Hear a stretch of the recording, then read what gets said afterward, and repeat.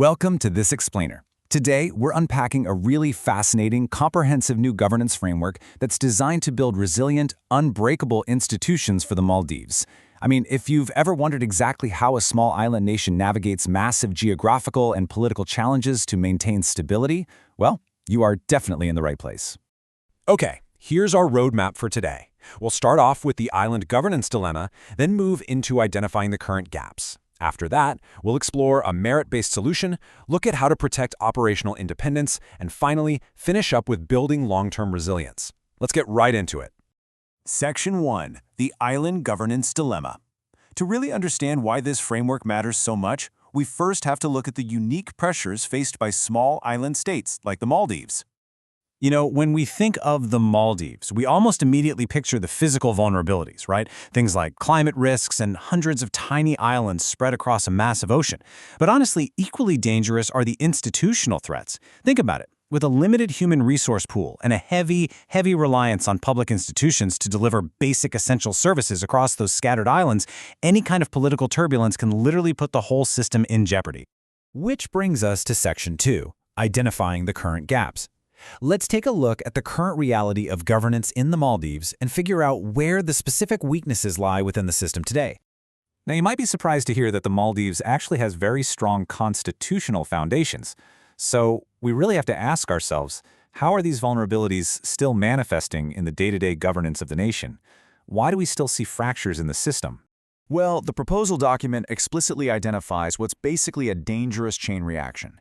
It all starts with the politicization of appointments. Because look, when leaders aren't chosen based on merit, it immediately opens the door to operational interference. That, in turn, leads to weak performance monitoring and ultimately severe sustainability risks, especially when we're talking about massive public enterprises.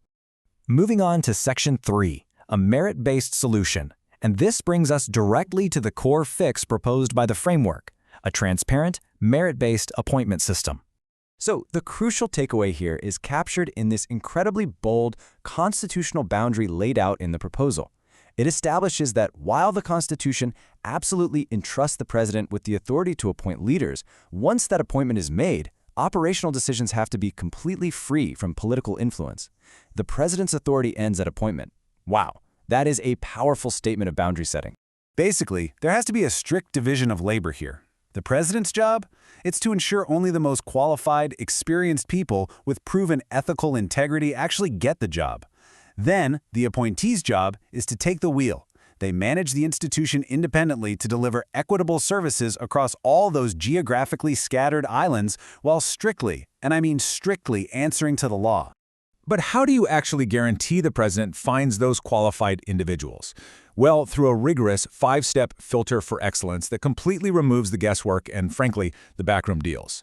First, you start with broad public advertisements. Then pass candidates to independent evaluation committees. Next, use structured competency scoring during interviews. Conduct deep background checks. And finally, where applicable, subject the ultimate choice to parliamentary oversight. Okay, Section 4. Protecting operational independence. So, once these highly qualified leaders are appointed, exactly how is their operational independence protected within the wider government ecosystem? The framework clearly breaks down the governance boundaries across 3 distinct categories, showing us exactly how independence functions depending on the institution's real purpose. First, constitutional institutions, like the elections or anti-corruption commissions, must be entirely independent to safeguard the rule of law. Second, public institutions, like ministries, need to run on technical expertise rather than political whims. And third, public enterprises. Think of the water and sewer company, MWSC, or the ports. They must be allowed to operate as true commercial entities to make sure they stay financially sustainable. But, and this is absolutely vital to note, this independence is not a blank check. Not at all. It is firmly anchored in accountability. Yes, appointees are granted operational freedom from political interference, but they are still entirely bound by established laws, regulations, and board-approved standard operating procedures, or SOPs. At the end of the day, they answer to the rulebook. All right, Section 5, Building Long-Term Resilience. With independence heavily secured and defined, the framework now turns to the ultimate goal, which is enduring survival. Let's take a second to demystify a term that's heavily used in the proposal, going concern. I know it sounds like jargon, but in this framework, running an institution as a going concern simply means managing it for long-term operational and financial sustainability so effectively that it acts as a reliable shield for the nation. It basically means the institution can weather sudden economic shocks, severe climate risks, or turbulent political transitions without collapsing and interrupting those vital services to the islands. To maintain that going concern status, these practices literally have to become the operational DNA of every single Maldivian institution. Appointees are strictly required to weave things like sound financial management, transparent procurement, and professional HR practices directly into their daily strategies. It's really all about hardwiring global best practices straight into the system. Now, ideas are great, but execution is everything, right? So let's see how this translates into real-world action through a structured three-phase rollout. Phase 1 secures the legal and governmental approval. Phase 2 actually builds the machinery, establishing the appointment committees, writing those SOPs, and training the boards. And finally, Phase 3 ensures it actually sticks through rigorous monitoring, annual reviews, and independent audits. Zooming out for a second, the stakes of implementing this correctly are just massive.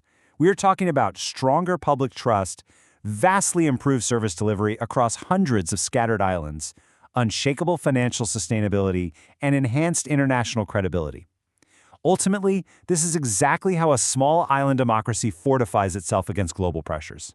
As we wrap up this explainer, it leaves us with a really fascinating question.